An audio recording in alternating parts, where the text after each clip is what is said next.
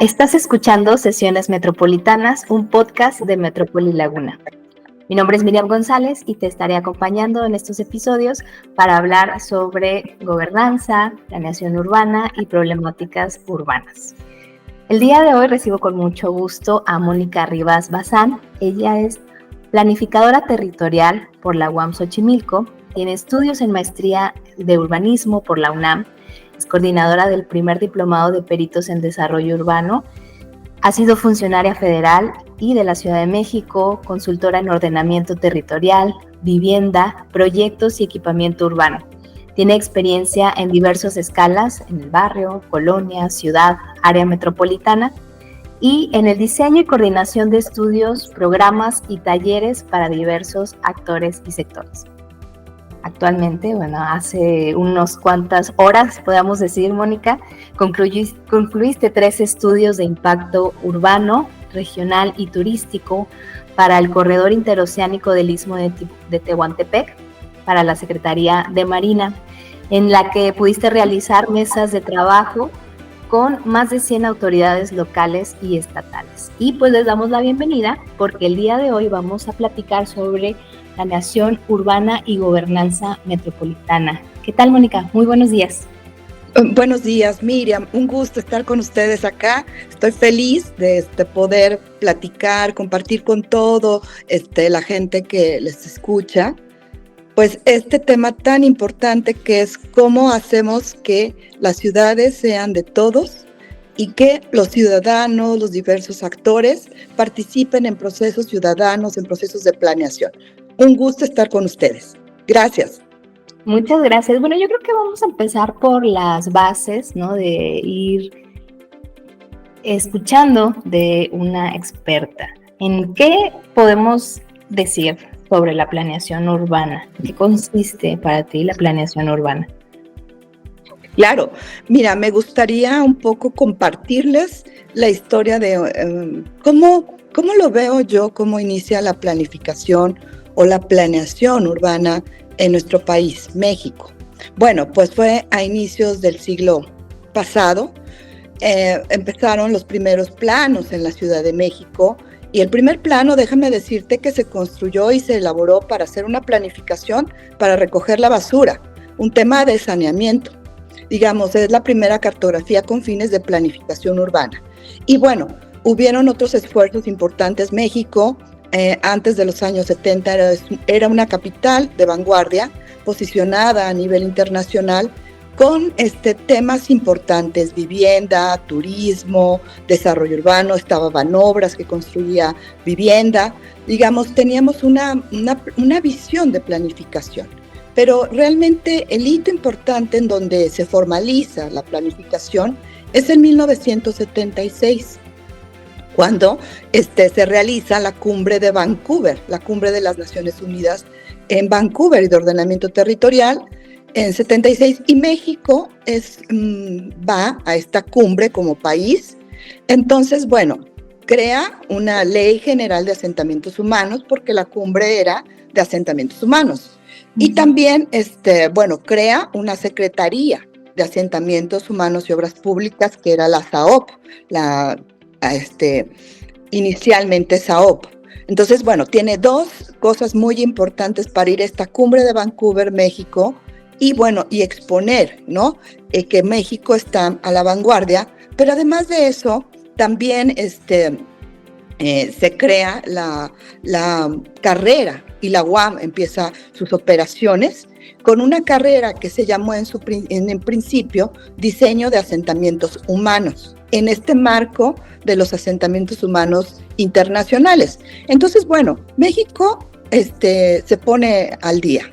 ¿Qué quiere decir? Que es la segunda carrera en Latinoamérica en crearse en planificación urbana, ¿no? Está por unos meses anteriores en Venezuela, y bueno, y pues nosotros, digamos, por de verdad, meses anteriores, y la UAM arranca con esta carrera de planificación urbana. Hoy se llama así, planificación territorial. ¿Qué es lo que pasa en ese hito? Pues en ese hito hay compromisos muy fuertes de construir un ordenamiento territorial, ¿no? construir planes, no había planes, y entonces es que se crea la secretaría, se tiene la ley general, se tiene una carrera que empieza, ¿no? Pero que se tiene una visión de empezar a construir el territorio. Entonces, en 1980 hay una política territorial nacional de impulsar programas de ordenamiento territorial para muchas ciudades del país. Y ahí empieza la planificación. Yo creo que este es un punto muy importante que me encanta compartir y que muy poca gente sabe de dónde surge, ¿no? Y que de repente muchos ciudadanos o estudiantes o personas dicen, pero ¿qué es que no tenemos planificación en México? O sea, no lo hay, porque como que vemos las ciudades muy caóticas o con muchos problemas, ¿no?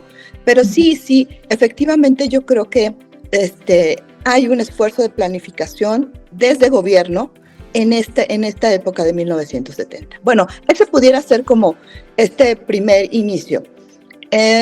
A lo mejor, si te parece, Miriam, pudiera profundizar cuáles serían las labores de este planificador territorial. Sí. Las diferentes escuelas tienen diferentes formaciones.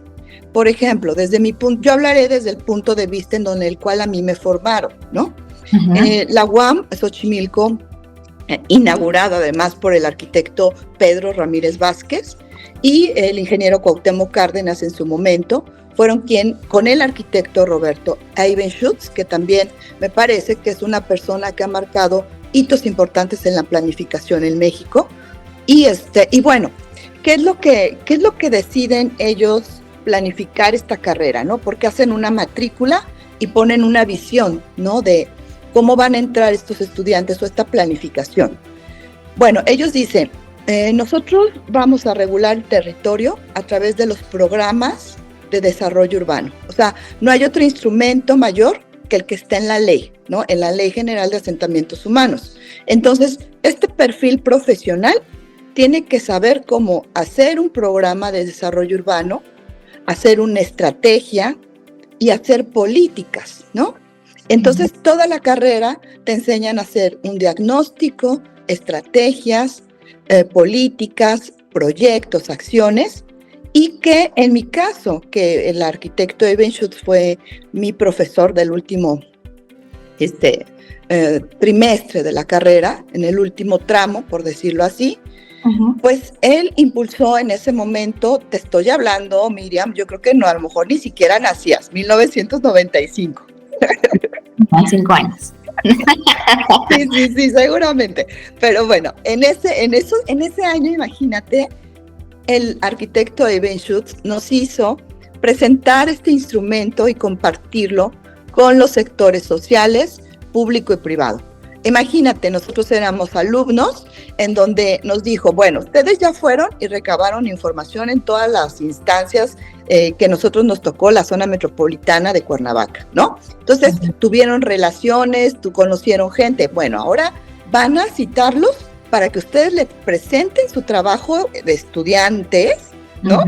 Y le presenten a la gente y recojan sus opiniones. Imagínate qué importante proceso y qué aprendizaje tan grande. Entonces, la formación del planificador territorial hoy, anteriormente diseñador de asentamientos humanos de la UAM, tiene esa visión, ¿no?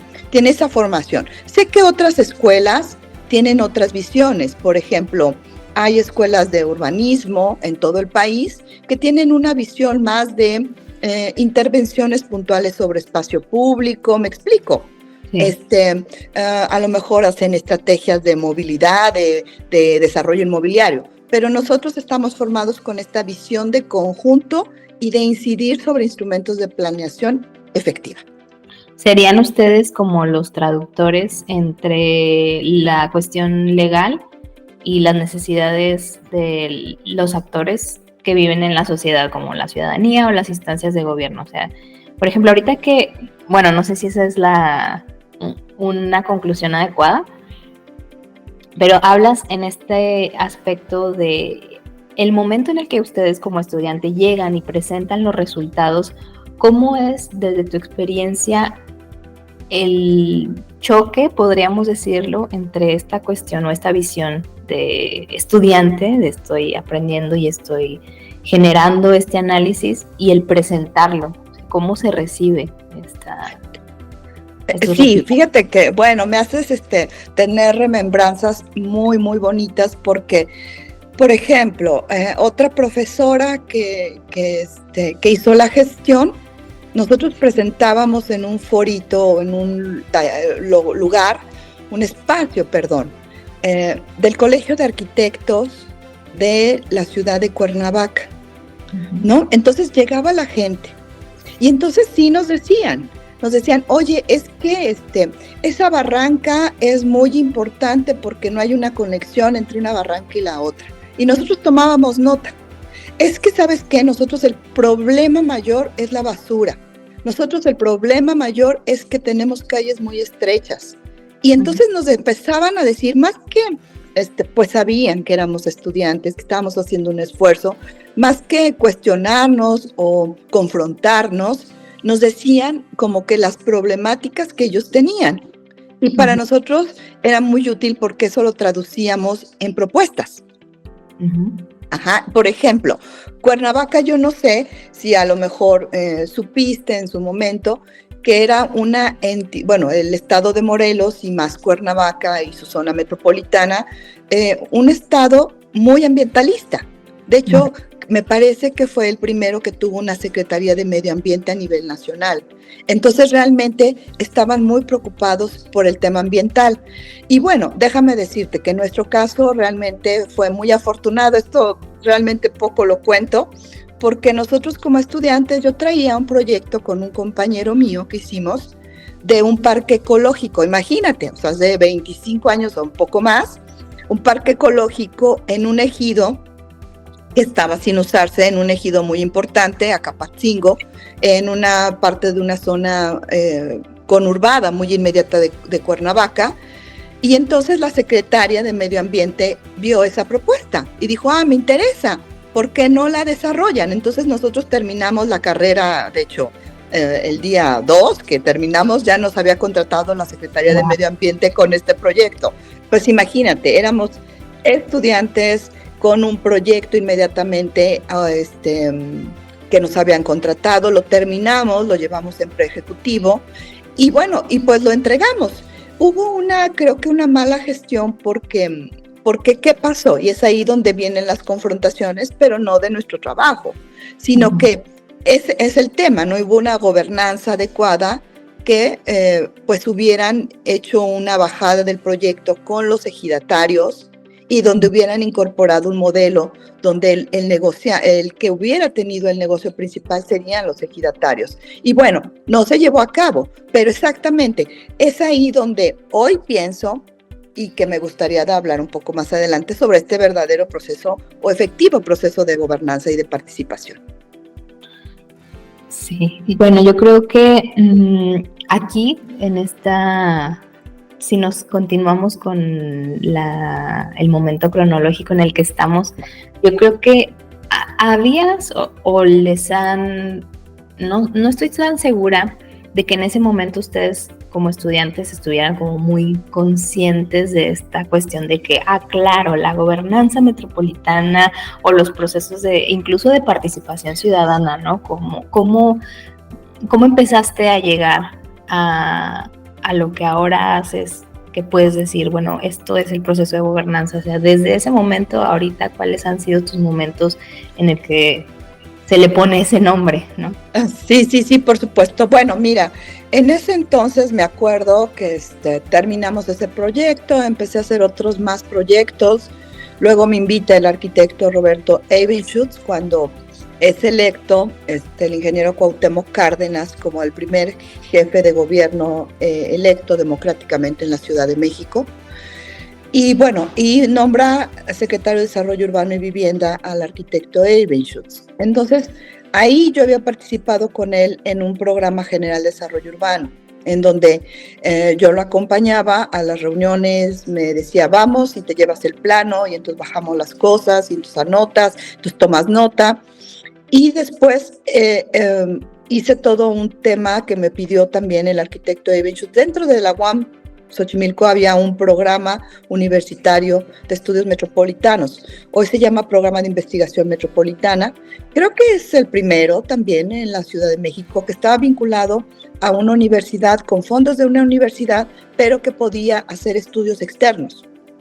Entonces el arquitecto Eben Schutz hace estos dos instrumentos de planeación, y que me gustaría hablar de ellos un poquito más adelante con profundidad. Y entonces, bueno, yo observo que hace todo un proceso con autoridades locales, y entonces yo traigo cómo está la parte de la inclusión de la ciudadanía en un instrumento, y luego en este proceso ya profesional trabajando con el arquitecto veo cómo lleva este instrumento de planeación con las demás instancias de gobierno, hace un programa metropolitano en donde se crea una comisión metropolitana de asentamientos humanos, la Cometa, que además está en ley y es quien aprueba con 3 entidades el programa de ordenamiento de la zona metropolitana del Valle de México. No hay otro instrumento vigente, ¿sabes? Pero es un proceso que un gestor en planificación fue gestando y fue armonizando con diferentes instancias. Entonces, imagínate, yo tengo esta visión de la ciudadanía, pero también la importancia que las autoridades participen, pero que también participen los privados y que participen los gremios profesionales y que participen toda la gente. ¿Por qué? Porque creo que así crecí, como entendiendo que la ciudad se construye con todos los ciudadanos, ¿no? Creo que ahí fue donde estoy hablándote de 1997, no 1998, o sea, ya estamos caminando el tiempo, y estas son mis experiencias primeras. Es ahí donde yo empiezo a darme cuenta que esto tiene que ver con todos, que no es un instrumento que Mónica tiene que hacer o que un profesionista tiene que hacer, es un instrumento de todos, ¿no? Muy bien. Y digo, igual y ya estando en este tema, antes para continuar con el proceso y toda la cuestión de qué implica el que todos y todas estén involucrados, podemos primero hablar sobre los programas generales de desarrollo urbano, porque esta es como el estandarte que nos va a llevar a organizarnos, ¿no? A todos, pero bueno, platícanos un poco más sobre por qué es importante un programa general de desarrollo urbano. Sí, por supuesto. Es una súper interesante pregunta, Miriam. Muchísimas gracias, porque yo creo que no quiere decir que todo el mundo tenga que saber sobre planificación urbana, pero yo con los grupos ciudadanos que he trabajado, no solamente en la Colonia Granadas, Ampliación Granadas, Polanco, La Tabacalera, y pues por ejemplo Tepito, ¿no? Las Pensiles, toda esta experiencia de participación ciudadana, ¿qué quiere decir? Que sí es importante conocer qué son estos instrumentos de planeación, pero le toca a la autoridad un poco compartir y mostrar, y al técnico explicar. No son documentos fáciles. Un instrumento de planeación no es un instrumento fácil, pero es un instrumento que es ley, porque se registra, se publica en un diario oficial, se registra, ¿no?, en el registro de planes y programas, y se vuelve ley. ¿Por qué?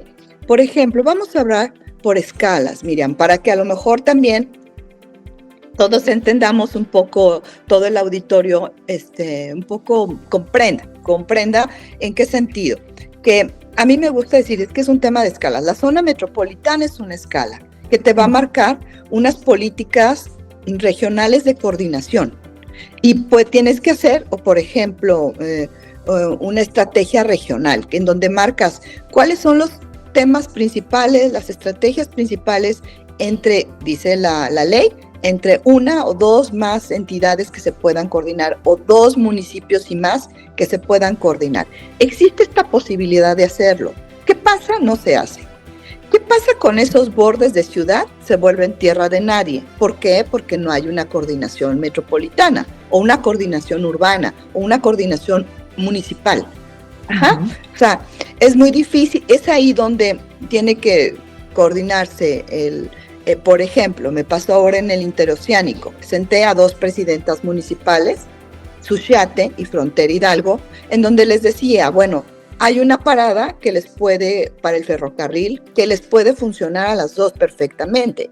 ¿Qué les parece si se unen y piden que se habilite esa parada del ferrocarril porque traería beneficios a ambos municipios? Bueno, creo que nunca se habían sentado las dos presidentas municipales a platicar juntas. Tuvimos otro ejemplo de 3 presidentes municipales en donde solicitaron formalmente una parada. Eso es, cómo me siento y me siento con otra autoridad y me coordino para algunos temas. Hay otros temas que hay dificultad. Bueno, tenemos dificultades de límites, tenemos dificultades de agua, pero a lo mejor habrá otros temas en que sí puedan sentarse y hacer acuerdos. Bueno, esta zona metropolitana sería como un ejemplo de 2 municipios o más, o 2 entidades o más. Y luego viene la escala más local, que es la escala de un estado o una entidad, como es la Ciudad de México. Entonces ahí tienes un programa general de ordenamiento territorial. En el caso de la Ciudad de México llevan 3 intentos. Cuando lo hizo el arquitecto Roberto Evenschutz en 1997, en el cual tuve el gusto y el honor de participar, se aprobó, y se aprobó con toda una serie de mesas de trabajo con instancias, porque yo lo vi y lo viví, tuvieron ajustes todos los temas, y bueno, y ahí planteaba una estrategia muy grande territorial para la Ciudad de México. No se va a decir, en la colonia el barrio 18 de Xochimilco se hace esto, no. El programa general da las grandes líneas de actuación. Hay un suelo urbano y un suelo de conservación, y te puede decir, estos son los corredores principales, estas son las zonas con potencial. En ese momento, el arquitecto Evenschutz, a través del arquitecto doctor Ángel Mercado, que en paz descanse, él planteó todas las áreas estratégicas que hoy siguen vigentes. ¿Qué quiere decir? Que son estas zonas con potencial de desarrollo, zonas de reciclamiento, zonas patrimoniales, que se identificaron en donde tú haces una zonificación primaria en esta escala de ciudad. Y luego vienen las alcaldías, que haces una zonificación más detallada, ya por manzana, ¿no? Sí. Por calle, por predio. Entonces es ahí donde debemos entender las diferentes escalas. Y luego en el caso de la Ciudad de México vienen los parciales, que está, por ejemplo, el parcial de Coyoacán, porque es un barrio patrimonial, histórico, en donde no vas a construir una torre de 25 pisos, porque tiene una conformación histórica patrimonial. Entonces tienen programas parciales para su protección, principalmente para su protección y conservación, ¿no? Entonces, bueno, esas serían las diferentes escalas. ¿Qué es lo importante? Conocerlas y trabajar en la escala metropolitana, abarcar problemas metropolitanos, proyectos metropolitanos, estrategias metropolitanas. En ciudad, bajar las escalas y ver estrategia de ciudad. Y en la parte de alcaldías o municipios, es la coejecución pura, ¿eh? Ahí yo pienso que ahí es donde son realmente la ejecución pura. Y me encanta esa escala. Claro, porque es ahí donde se va a determinar si sí se siguen estos grandes lineamientos. Porque me imagino que en estas escalas, pues todas se hablan, ¿no? Todas se tienen que, o sea, alinear exactamente, para que pues puedan tener efectividad de estas grandes visiones, ¿no? Incluso. Entonces, yo creo que nos va quedando muy claro en dónde estamos con un programa de desarrollo general. Nos da sentido, o nos hace sentido que existan todos los actores involucrados, lo conozcan, pero también participen, ¿no? ¿En qué momento participan o se hace el llamamiento a estos otros actores, ya sea para conocer los programas generales, el programa general de desarrollo o de planes parciales, y en qué momento consideras tú que es ideal esta participación? Sí, por supuesto. Mira, es una acertada pregunta porque exactamente, ya vimos como este ámbito de los instrumentos, que son ley y que se vuelven en políticas y que se deberían de respetar por los funcionarios que hacen uso de esos instrumentos, que ahorita me gustaría hablar de eso. Bueno, por ejemplo, yo siempre he dicho una cosa, Y pongo el ejemplo a lo mejor de mi vecina o mío mismo, ¿no? Bueno, en este tema de escalas, ¿sí? Por ejemplo, entonces va a haber un periférico y un arco norte. Bueno, o sea, a lo mejor yo estoy en una escala de barrio, en una escala... Sí, el arco norte va a pasar en la esquina de mi casa. Bueno, yo creo que es importante ver todas las mitigaciones, ¿sí? Pero la consulta es una consulta a lo mejor de otro carácter, me parece. O sea, en una escala de un proyecto, por ejemplo, o sea, va a haber el Metrobús, la línea del Metrobús, una línea de Metrobús nuevo. Bueno, un proyecto importante regional. Perfecto, sí, son los habitantes del entorno que pudieran decir cómo dame a conocer, autoridad, el proyecto.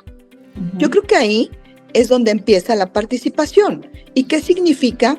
Que más bien la ciudadanía no tendría que pedirlo. La autoridad debería de dar a conocer el proyecto de una manera clara, transparente, qué se va a hacer. Pero, por ejemplo, el Estadio Azteca lo van a remodelar. Yo vivo al poniente de la ciudad. Bueno, pues sí está bien, pero no tiene mucho que ver con mi escala, ¿no? Ajá, ¿no? Pero no quiere decir que no sea parte de la ciudad. Sí, pero entonces tiene otra escala. Y por ejemplo, yo vivo en el centro de Coyoacán. Es un lugar patrimonial.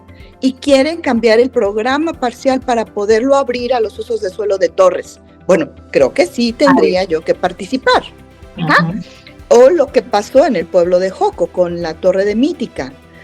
Hubo una ocasión que fue diciembre en la noche, un 20 y tantos, que arrasaron tanto número de árboles y la ciudadanía se molestó porque fue un proceso, yo creo que poco transparente, pero que además ha tenido un impacto muy fuerte en el barrio. Hay toda una serie de estudios por esta torre mítica que a lo mejor tenía la normatividad por estar en Churubusco, pero que no hizo la mitigación de impactos. Y si quieres, ahorita hablamos sobre los proyectos grandes y los impactos de los proyectos grandes. ¿Cómo es lo que, desde mi experiencia en este diplomado de peritos en desarrollo urbano, desde mi experiencia cuando trabajé en la Autoridad del Espacio Público, cómo lo veo, ¿no? Uh-huh. Y bueno, ¿cómo tendríamos que participar?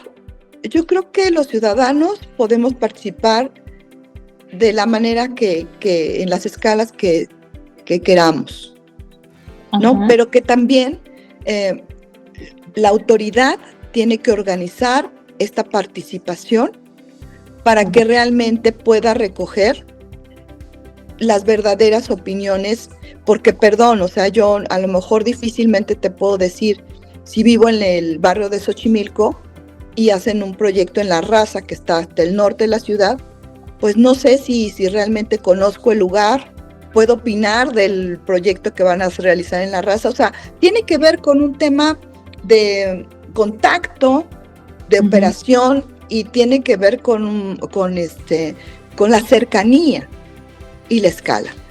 Pero sin embargo, yo vivo en el poniente de la ciudad, y si me dices, vamos a quitar todo el humedal, la zona de conservación de mi ciudad, yo creo que ahí sí me opondría, aunque no tengo cercanía, ¿no? O sea, hay temas que hay que vigilar qué tanto puede incidir la ciudadanía. Entonces, no hay como una regla. Yo pensaría, Miriam, no hay una regla, ¿no? Es un poco con estos ejemplos te voy diciendo, ¿no? Sí, yo creo que tiene que ver con esto que mencionabas en el impacto. O sea, la acción que se va a realizar en la ciudad impacta inmediatamente a la gente, pues sí, ¿verdad? Pero esto va a llegar un poco más allá. O sea, por ejemplo, en la cuestión de medio ambiente, pues es más general, ¿no? Porque es un ecosistema, porque no nada más es lo que está alrededor, sino todo, ¿no? Y a lo mejor en esta cuestión de una calle, de un tránsito, pues a lo mejor no necesariamente todos, pues sí nos tenemos que enterar, pero yo puedo decir, si vivo a un lado, pues que me afecta, o decir, bueno, pues si me vas a cerrar esta calle, ¿qué otra opción me vas a dar, no? En cambio, pues otra persona más alejada va a decir, ok, qué bueno saberlo, pero igual y ni lo voy a ver, ¿no? Por supuesto, por supuesto. Y le has dado al clavo, porque es importante también que nosotros escuchemos como técnicos, nosotros los técnicos, ¿no? Escuchemos todas estas opiniones. Pero también es importante que los técnicos verifiquen estas opiniones. ¿Qué quiere decir? Pues que a lo mejor la señora dice, es que me va a afectar totalmente, pero que realmente, por ejemplo, ese cierre de calle no le va a afectar, por ejemplo, por decirte así, ¿no? O sea, o ampliar la calle no le afecta, sino a lo mejor le puede traer beneficios. Entonces es donde uno necesita ser, si estás del lado de la autoridad, lo suficientemente claro para transmitir a la gente el proyecto. Luego recoges de la gente las opiniones, las evalúas, las valoras, las revisas. Creo que es responsabilidad del técnico hacer caso, porque además hay una cosa, fíjate que siempre me he encontrado algo muy interesante, Miriam, y que creo que a lo mejor mis colegas y la gente y funcionarios a lo mejor van a compartir. La gente siempre tiene propuestas interesantes porque conoce el lugar, vive el lugar, y te pueden servir. Y ya como técnico, tú valoras si tienen viabilidad o no. Pero yo he encontrado muchas soluciones de las autoridades, de la gente, de observar el territorio. Entonces, es una mezcla de componentes para que tú realmente seas un buen técnico y hagas un planteamiento y una propuesta que realmente no vas a lograr un consenso al 100, pero que sea un consenso que tú como técnico quedes satisfecho que fue una intervención favorable para el territorio y para su gente. Sí, ahorita mencionabas ahorita estamos, digamos, hablando sobre cómo tenemos cada uno ciertas responsabilidades sobre nuestra ciudad, ¿no? Nuestro entorno. Entonces, mencionabas la importancia de hacer caso a estos instrumentos. Y yo creo que vamos así como desagregando dónde va la participación. Primero, en el desarrollo del instrumento, y luego mencionabas la importancia de hacer caso de estos instrumentos. O sea, cómo, porque luego pareciera que le damos la responsabilidad y decimos o esperamos que la participación de la ciudadanía sea justo como el funcionario lo necesita, ¿no? Pero cuando pasa lo contrario, que es estas responsabilidades para ti, podríamos ahondar en esta importancia de hacer caso a estos instrumentos. Sí. A ver si entiendo. Un poco como ciudadanía, ¿cómo hago caso a estos instrumentos como... No, como funcionario, o sea, ya en el... ok, claro, de acuerdo. Bueno, que hay diferentes, podríamos hablar de diferentes involucramientos. Exacto, también. Bueno, en la escala metropolitana es un instrumento de gobierno, ¿no? En la escala de ciudad también, y donde los ciudadanos se pueden involucrar, porque como pasó en el caso de la Ciudad de México, en donde la Constitución marca que haya un suelo rural, pero entonces hubo todo un descontento de los pueblos y barrios originarios por por esta delimitación. Entonces, bueno, ahí tiene que ver la autoridad cómo es responsable de transmitir esto o guiar una política territorial, y la gente cómo participó. Ahí hubo un choque y un enfrentamiento muy fuerte, que un poco por eso no se ha aprobado en 3 ocasiones y 3 esfuerzos muy importantes, en donde se ha gastado recursos, tiempo, en donde hemos estado sin un instrumento casi ya 20 años actualizado. Bueno, y después viene cómo participo y cómo yo, funcionario, entro a un cargo, ¿no? Por ejemplo, eres director de instrumentos de desarrollo urbano de la Ciudad de México y eres el encargado de decir, autorizar los polígonos de actuación de la Ciudad de México, ¿no? O los grandes proyectos o la normatividad. Bueno, te voy a decir una cosa, ahí pasó en el caso de la Ciudad de México, tristemente, ¿no? Que hay un secretario prófugo, ¿no? Porque autorizó más de 170 polígonos de actuación en una zona. ¿Qué significa eso?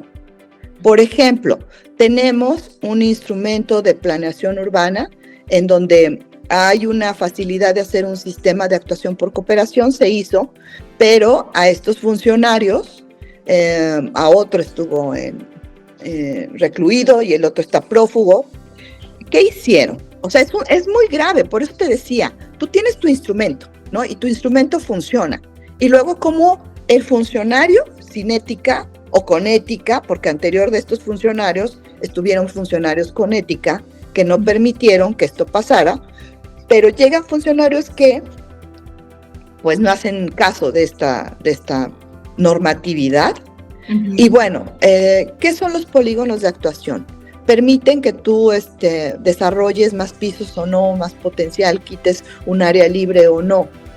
Y estas autorizaciones se daban en esa oficina, en donde hubo esta corrupción y en donde los vecinos de la colonia Granadas y Ampliación Granadas, ¿no? Tienen autorizaciones de grandes torres y entonces tengo una torre más otra torre más otra torre más otra torre en donde hay cero espacio público, en donde hay un ferrocarril con instalaciones subterráneas de alto riesgo, en donde se había planteado un bosque, las autoridades plantearon un bosque, imagínate, o sea, de verdad, una situación que me parece lamentable desde un actuar de gobierno, sí, que eso no debe ser. Entonces, bueno, tú tienes un instrumento, pero también tienes que saber que existen funcionarios que pueden hacer caso omiso de la normatividad. Entonces dices, ¿para qué sirve un instrumento? Bueno, pues un instrumento sirve para que el que llegue haga uso correcto de un instrumento. O sea, el instrumento no tiene la culpa. O sea, es que dices, es que no sirven los planes. No sirven claro que sirven los planes. O sea, gente como la administración del arquitecto Eyvind Schutz logró tener un programa general, un programa de ordenación y 31 programas parciales de desarrollo urbano. Nunca más se ha hecho en la historia de la ciudad, pero además esos procesos fueron participativos. Ahí empezó el hito de la participación ciudadana en México. Ajá, hubo un antecedente, déjame contártelo, con el programa 100 Ciudades, que impulsó Cedesol en el 92. Uh-huh. Ahí el ingeniero Luis Javier Castro, cuando estaba a cargo Luis Donaldo Colosio, que también en paz descanse, tenían el programa de 100 Ciudades. El ingeniero Luis Javier Castro y Luis Donaldo Colosio habían estudiado en Viena y habían traído toda una novedad sobre el tema de participación ciudadana. Entonces hicieron foros a nivel nacional para incluir en este programa de 100 ciudades, que eran las 100 ciudades que quería impulsar esta política de ese gobierno federal, ¿no? Y tuvieron estos foros de participación ciudadana. Es la primera vez que a nivel nacional hay participación ciudadana. Luego, la primera vez a nivel ciudad fue con estos programas parciales de desarrollo urbano en 1997-98 con el arquitecto Roberto Eyvind Schutz. Entonces, bueno, ¿qué es lo que te quiero decir? Hay instrumentos y hay funcionarios que pueden hacer que funcionen estos instrumentos, que se aplique la normatividad, que se respete la normatividad, pero hay funcionarios, y te puedo decir otros más casos a nivel a lo mejor estatal, nacional, pero yo creo que con este ejemplo que te acabo de poner de Ciudad de México, que es el caso que conozco con toda claridad y que lo viví, ¿por qué? Porque la gente de la colonia Ampliación Granada se convirtieron en activistas de su territorio. ¿Qué significa eso? Que ante estas irregularidades dijeron, nosotros vamos para defender nuestro territorio, y su bandera fue por el derecho a la ciudad, ¿no? Y ahorita, si quieres, hablamos de eso, que también tiene que ver con un libro del 76 de Henry Lefebvre, ¿no? Que habla sobre el derecho a la ciudad. Sí, me encanta Lefebvre. Sí, por supuesto. Sí, pues eso sería... ¿no? De vivir el espacio, de realmente darle este significado y viceversa. Bueno, ese sí tenemos que desarrollarlo aparte. Sí. Pero sí. Estamos preparadas para hablar del proceso de gobernanza, que podríamos también traducirlo de participación, ¿no? Porque todos tienen que estar en ese momento de decidir, ¿no? De dar su opinión. Porque tú has trabajado en diversos proyectos para establecer la forma en que se van a participar estos actores. Y uno de los proyectos que desarrollaste, me parece que en tu tesis de maestría, hablas sobre la colonia tabacalera. ¿Y cuál fue? Platícame de este proceso de participación que se dio en esta colonia. Sí, por supuesto. Bueno, realmente uno puede entender cómo funcionan los procesos, Miriam, y yo te agradezco la oportunidad de poder platicar rápidamente con ustedes sobre este ejemplo de participación en la tabacalera. Por ejemplo, en la Ciudad de México, los proyectos de impacto urbano, a mí me invita una consultoría a participar en un impacto social de una torre de un poco más de 50 pisos en la colonia tabacalera. Sin embargo, la propia ley y la propia normatividad le da a la Secretaría de Medio Ambiente que los desarrolladores tengan que hacer un impacto social. ¿Qué implica este impacto social? Además de que tengan que cumplir con las normas, con los permisos, con las mitigaciones, con el estudio de impacto urbano. Estamos muy avanzados en la Ciudad de México. Tiene que haber un impacto social para proyectos de más de 5,000 metros en el caso de vivienda y 10,000 metros para usos mixtos. Bueno, ¿cómo empezó ayer a tener contacto con la tabacalera? Con este estudio. Entonces, bueno, esta consultoría que me invita reúne a un grupo de expertos o de consultores expertos en el tema de marketing, y estábamos una socióloga y yo en el tema de impacto social. Entonces, bueno, lo que hicimos nosotros fue hacer este mapa, este recorrido, esta identificación de actores. Hicimos un mapa de actores. Buscamos a las autoridades inmediatas que tenían que ver con la colonia, revisamos toda la normatividad, hicimos una interpretación del territorio.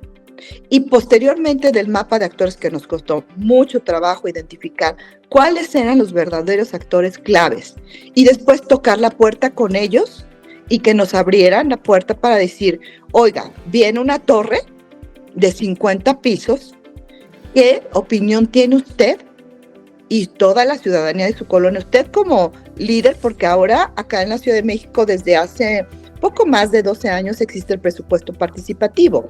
Y antes había consejos ciudadanos, ahora son los COPACOS, los comités de participación comunitaria. Y entonces hay un presidente, un secretario, un tesorero, forma un grupo que es elegido por la gente, ¿no? Por una elección, hay una elección interna en cada colonia de toda la Ciudad de México, en donde tú como habitante de esa colonia reconoces a esta persona que te está representando. ¿Cuál es el objetivo? Hay un presupuesto participativo en donde se plantean proyectos, ¿no? Para mejorar tu colonia, ¿no? Y bueno, sabemos que las colonias a lo mejor con rezago o con más carencias sociales tienen un presupuesto un poco mayor que por ejemplo, la colonia Lomas de Chapultepec, ¿no? Por decirlo así, ¿no? O sea, es un proyecto de un programa muy interesante. Sin embargo, me parece que hay que hacerle una actualización y revisión para poder evaluar en estos 12 años qué tanto han incidido los proyectos. Realmente la gente piensa los proyectos o se van ya por los proyectos que no les cuestan trabajo. Por ejemplo, cámaras o tinacos, ¿no? Que no tienen una incidencia general. Bueno, ese es otro tema que en su momento sería muy padre platicarlo, porque es una experiencia interesante. Bueno, llegamos ahí, mi colega socióloga, la socióloga Mari Carmen Fanjul, que además es toda una experta en el tema, y empezamos a hacer este mapa y empezamos a identificar a la ciudadanía. Nos reunimos con ellas y empezamos a hacer recorridos para conocer de viva voz en el territorio cuáles eran las problemáticas. Entonces, en estas caminatas de recorridos con los líderes, con la ciudadanía, fuimos recorriendo calle por calle, haciendo paradas con la ciudadanía, escuchando su opinión, realizando entrevistas a profundidad con actores claves de la colonia. y nosotros haciendo una verificación territorial de un análisis a pie de esta colonia, que además es una colonia muy bonita, con contrastes muy fuertes, donde tienes el corredor Reforma y en el otro lado tienes Antonio Caso, hoy creo que se llama Tenochtitlan, calle Tenochtitlan. Bueno, entonces tienes contrastes muy fuertes porque en Reforma tienes departamentos que se venden en dólares y en Antonio Caso vivienda popular y social, ¿no? Y tienes una zona de alto conflicto social con prostitución, secuestros y venta de drogas, ¿no? Entonces, realmente en una pequeña colonia tú compras un departamento sobre Reforma, pero el día que te cierren Reforma vas a entrar por Antonio Caso y a menos de una cuadra tienes este conflicto social, que si tú no ves, además no hay una integración de aquellos vecinos de las torres con los vecinos originarios, ¿no?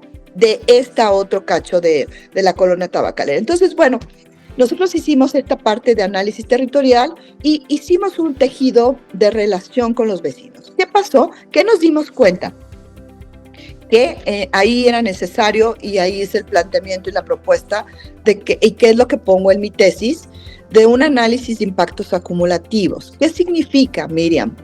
Y que no lo hemos hecho en la ciudad, y que lo planteo, y que ahora que pongo la propuesta para el Instituto de Planeación de la Ciudad de México, Democrático y Prospectiva de la Ciudad de México, los estudios de impacto urbano en este son para predios de 5,000 metros, pero tú en una manzana puedes tener 3 estudios haciéndose de impacto urbano, 3 torres construyéndose de impacto urbano, y este impacto urbano se mide en lo individual, ¿no? Pero entonces no tienes este impacto de esta torre de 30, más esta torre de 50, más esta torre de 20.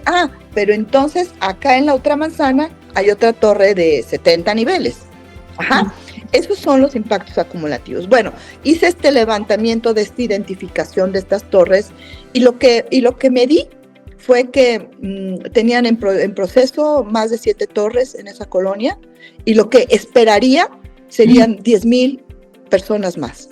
¿Sabes cuántas personas tiene la colonia tabacalera hoy? No. Casi 4,000 personas. Se iba a casi triplicar su población. Bueno, es ahí donde empieza el análisis fino, ¿no? O sea, empieza el análisis fino, qué va a hacer esta gente, cómo se va a integrar socialmente, qué va a pasar con las vialidades, con los accesos. Entonces, bueno, ellos son vecinos que han exigido su derecho a la ciudad. Y ahí retomaría al EFEP, que como yo lo interpreto, es este derecho a participar, este derecho a ser parte de la ciudad, a decir que eres ciudadano con derechos. Ese es el derecho a la ciudad. Entonces, bueno, ellos, esta ciudadanía que me pareció muy interesante, ¿por qué? Porque pararon el parquímetro. Ellos dijeron, en nuestra colonia no queremos parquímetros, porque eso nos va a impedir que la gente de la parte social y popular pues pueda estacionarse en las calles, y pues no hay para poder pagar este servicio, ¿no? O sea, además da trabajo a la propia gente que vive ahí por las condiciones sociales y económicas que tienen. Bueno, lo detuvieron. Y después hubo otro desarrollo que construyó ahí, que es de otro desarrollo de una torre, Big Gran. Y entonces había un predio de una primaria pública federal que daba servicio, la única primaria pública federal de la Ciudad de México que daba servicio a los habitantes de la colonia, aunque no fueran trabajadores del Estado. Entonces daña la primaria, deja de funcionar la primaria, entonces se vuelve un problema social, dicen las abuelitas, pues mi nieto ya no va ahí, entonces ahora lo tengo que llevar 3 colonias allá y recogerlo 3 colonias allá. ¿Tú crees que el desarrollador visualiza esta problemática? Para nada. Sí, entonces las abuelitas hicieron un plantón ahí en Reforma, que salió en el periódico, para exigir un respeto. Entonces, por ejemplo, es una ciudadanía que no ha podido encontrar los canales adecuados para exigir un respeto y un derecho a la ciudad. Entonces, bueno, ¿qué es lo que han hecho y quieren hacer? Pues saber cómo poder participar. Entonces, los líderes, 3 líderes que hay ahí, se han estado capacitando, preparando, tomando como cursos. ¿Qué hacemos, no? Y piden apoyo pues a los técnicos que puedan decirles cómo le entramos a exigir que un desarrollo Big Grant reponga la escuela o cómo realmente cumplan las medidas de mitigación. Que, por ejemplo, antes se llamaban medidas de mitigación, hoy se llaman medidas de integración urbana. Un impacto urbano, además de todos los permisos que tiene que pagar, tiene que contribuir con una obra de impacto social. Esto realmente pocas veces se da. Y eso también es un tema de responsabilidad de la autoridad, darle seguimiento a este cumplimiento de medidas de integración, porque tú le liberas el permiso y le liberas todos los trámites al desarrollador. Bueno, ese es otro tema y que realmente hay que aplicar bien la norma y hay que hacer todo un seguimiento a esto. Entonces, bueno, ahí conozco a los ciudadanos y posterior, un poco terminando la pandemia, me dicen, oye, vamos a hacer presupuesto participativo, ¿nos ayudas a hacer un taller ciudadano? Juntaron un poco más de 60 personas en un parque abierto, todavía traíamos cubrebocas, y entonces sistematizamos las problemáticas. ¿Qué quiere decir? Que ya esa ciudadanía pidió un camión de basura, ya tenían basureros, ya tenían, por ejemplo, arbolado, ya habían hecho toda una serie de acciones en todos esos años. Bueno, pues me pidieron, les apoyé con un análisis de todos los proyectos que habían tenido en 12 años y que evaluaran ellos qué más falta, qué es lo que quieren, qué es lo que visualizan. Y bueno, pues efectivamente lo que había en visualización era combatir estas grandes obras que no tenían impacto urbanos positivos en la colonia, que no hacían una integración, que no tenían como este canal de conectividad entre los nuevos vecinos y los vecinos originarios. Como estos desarrollos estaban muy preocupados, como estos desarrollos lo único que generan es que haya una división de sociedad, ¿no? Y además, pues bueno, ¿qué problemas tenían?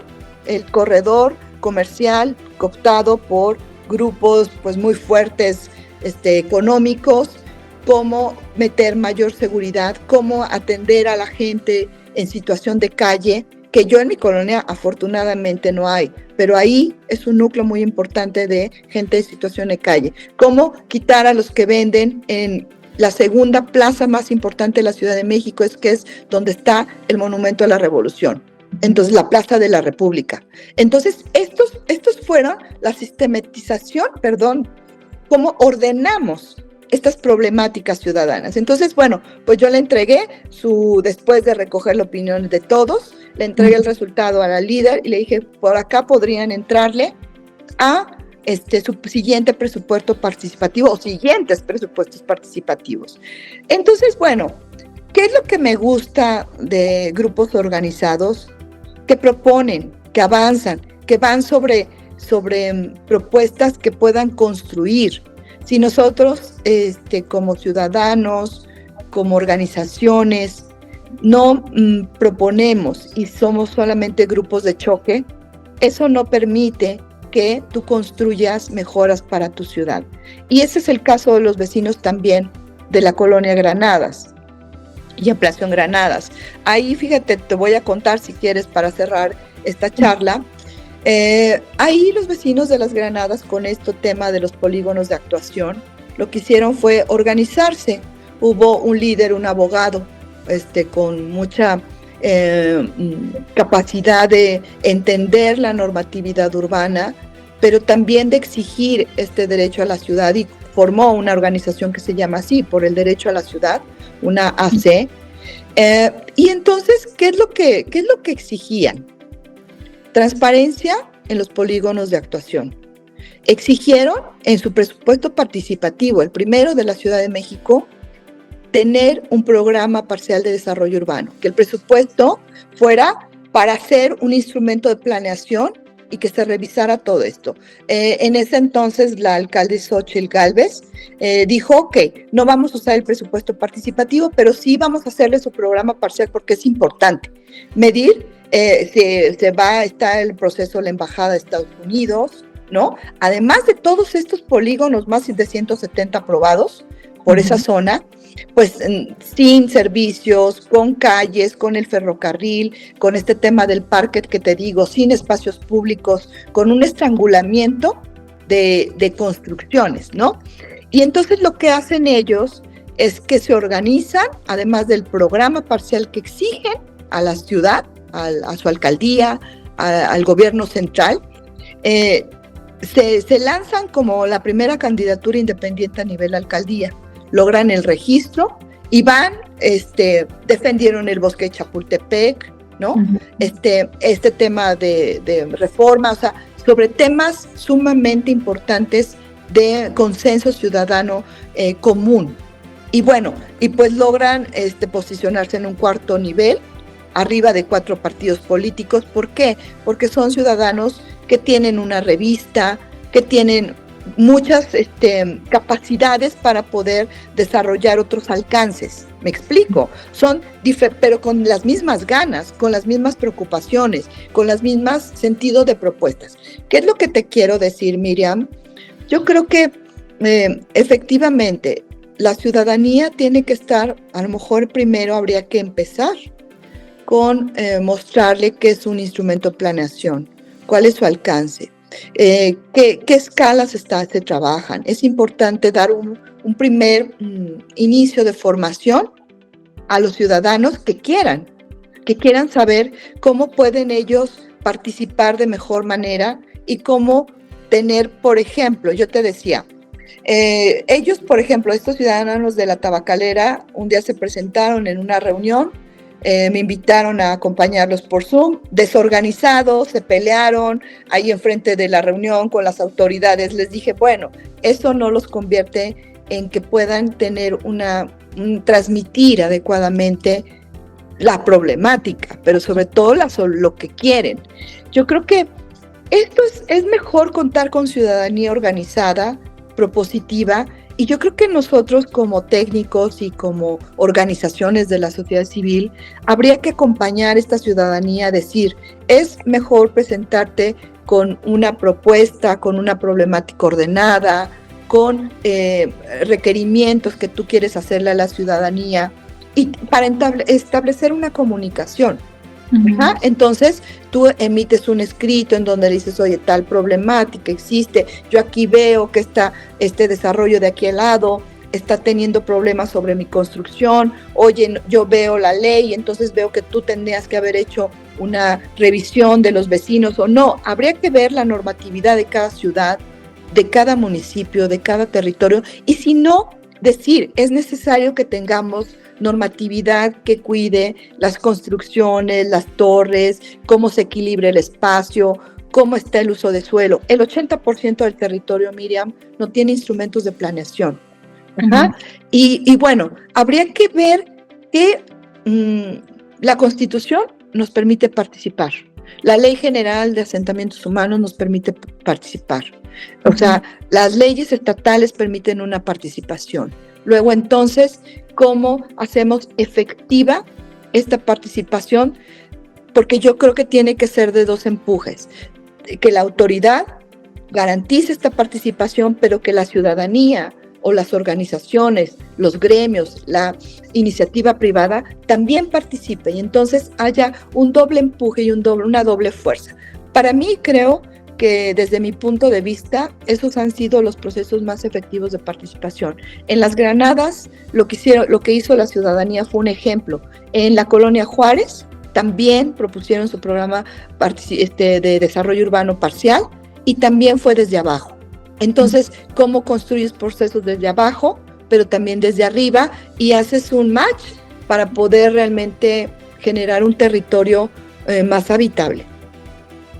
Me encanta, Mónica, todo lo que nos estás compartiendo, porque fíjate que una de las aportaciones que me parece más relevante destacar de esta plática es la capacitación de los líderes. Lo que mencionabas respecto a, sí, la participación, claro, porque la ciudadanía le interesa que su espacio sea adecuado, sea un espacio seguro, sea las necesidades existen, y yo creo que cuando se abre este espacio de discusión, o aunque no se abra, se haga, la gente va a opinar respecto a su espacio, ¿no? Va a opinar cómo quiere vivir y cómo quiere su área, su colonia, su ciudad. Pero el sentido de la participación, podríamos decir de esta plática, que va más allá simplemente de dar mi opinión sobre cómo quiero mi ciudad o cómo quiero mi colonia, cómo quiero mi metrópoli, sino el establecer un piso común, ¿no? Un idioma similar entre la responsabilidad de las instancias de gobierno y la responsabilidad de los ciudadanos y de todos los actores que participamos en esta sociedad, para tener una construcción mayor respecto al acercamiento de cómo superar esta problemática, pero también cómo proponer, ¿no? Porque creo que si llegamos a un momento en el que, bueno, ya tenemos el camión de la basura bien organizado, ya nos olvidamos de esa problemática y nos olvidamos de participar, o cómo le hacemos, ¿no? En este sentido de cómo sí es posible que exista no solamente el espacio para dar mi opinión, sino la intención de cómo seguir participando, ya sea para defender esto que tenemos o para hacer algo mejor todavía, ¿no? Entonces, creo que la responsabilidad de continuar capacitándonos y de facilitar esta capacitación también es muy importante, es muy relevante para darnos la luz sobre cómo estos procesos de participación, porque creo que hasta ahorita aquí en La Laguna nos hemos quedado en que tenemos que sentarnos y tenemos que dialogar y tenemos que llegar a un acuerdo. Pero yo creo que a esto que nos estás compartiendo le podemos agregar cómo seguimos capacitándonos de todas partes, ¿no? O sea, capacitándonos en el aspecto técnico, en nuevos responsables de estas instancias gubernamentales, porque también es una obligación del ciudadano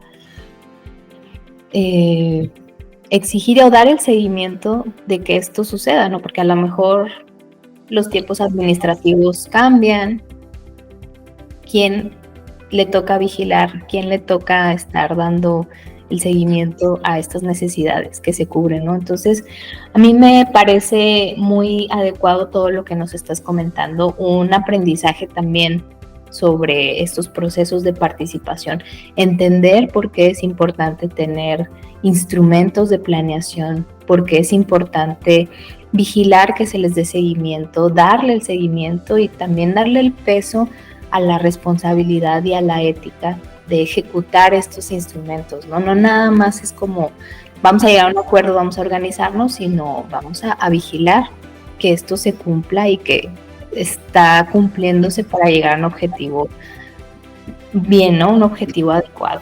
Entonces, aparte de esto, Mónica, dime para ti cuál es la conclusión más importante, no solamente de esta plática, sino algo que te gustaría, un mensaje que te gustaría compartir respecto a estos procesos de participación para tener como esta planeación urbana adecuada. Sí, por supuesto. Bueno, que yo creo que si todos los ciudadanos, seamos técnicos o desde el punto, o sea, yo soy Mónica Rivas, planificadora territorial, y siempre digo, también soy ciudadana. Entonces, que todos los ciudadanos pensemos que nuestro hábitat no es nuestra casa nada más, que también nuestra calle, nuestra colonia, nuestra ciudad, somos parte de eso. Y si de verdad cambiamos esta mentalidad y pensamos que si mi calle me importa, mi colonia me importa, mi ciudad me importa, pues creo que ahí empieza la transformación. ¿Sabes cómo se repuso Medellín? después de todo lo vivido. Y eso fue platicado por gente local que me lo compartió, por el amor a su ciudad. Ellos realmente amaban su ciudad y yo creo que eso nos pasa. Entonces fue estas ganas de yo sirvo, yo mejoro mi ciudad, yo transformo mi ciudad, cómo le doy la vuelta a una tragedia que vivieron. Y yo creo que fue eso, el amor. Tenemos que realmente pensar que nuestra casa no es nuestra casa nada más, ¿no? Es nuestra calle, nuestra colonia y nuestra ciudad. Yo invitaría a todos los técnicos, profesionistas, autoridades, y que pensemos en eso, que además somos ciudadanos y que a partir de ahí tenemos que contribuir. Muy bien, pues muchísimas gracias, Mónica, te agradezco infinitamente que estés participando en este podcast, es nuestro segundo episodio y que si podemos platicar más adelante pues también sería fabuloso. Entonces, muchísimas gracias. ¿Dónde podemos encontrar? Porque tienes una página web, tienes muchísimas páginas. Sí. Bueno, por ahí tengo Twitter, te lo voy a compartir para que lo pongas en este podcast. Sí, bueno, pues ahora soy consultora, tengo una plataforma de Territorio Nómada, soy consultora en Metropolitan Green, entonces espero que, y a la orden para todos, y compartiré mis datos para que los tengan a la mano por si hubiera algún interés de profundizar a través de ti. Mil gracias. Gracias a ti y pues a nosotros nos pueden escuchar en nuestras redes sociales de Metrópoli Laguna y pues esto es todo por este episodio. Muchísimas gracias por estar aquí. Gracias, buen día.